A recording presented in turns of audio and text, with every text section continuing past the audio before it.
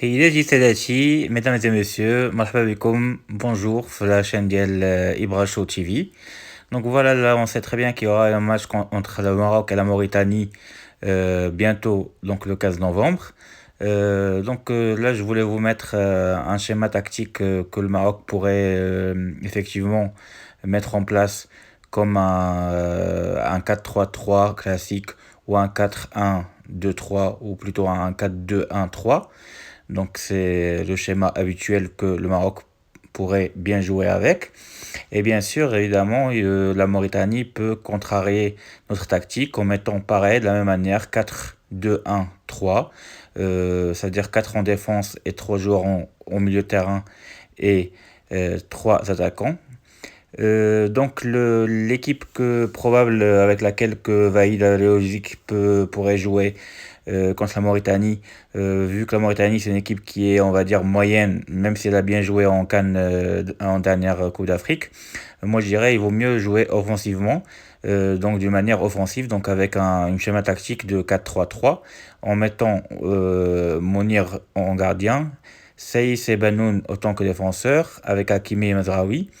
Et au milieu de terrain, qui se compose de 3 joueurs, de Sofiane Amrabat comme récupérateur, et voilà, avec Tarabt aussi, donc le sentinelle c'est Sofiane Amrabat, et Ziyech qui va jouer comme Sanel Alab, c'est-à-dire comme numéro 10. Et moi je propose de mettre Nordin Amrabat à droite et Soufiane Boufal à gauche, et en pointe, en attaquant de pointe, on mettra Youssef L'Arabi. Et là on aura une équipe qui est vraiment offensive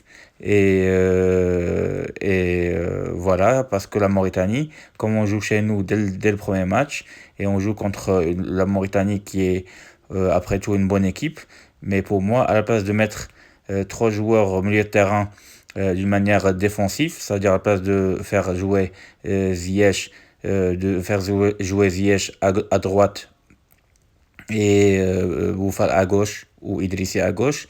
Et bah là, je préfère qu'on joue le tout pour le tout.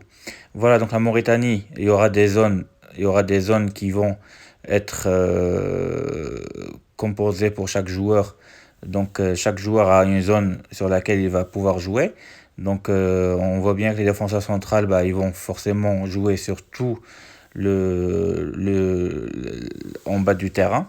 Et les arrières gauche et droite, bah, ils vont commencer à monter et descendre, bien sûr, sur Choumezelaoui Hakimi. On sait très bien que Hakimi il est très fort pour ce domaine-là.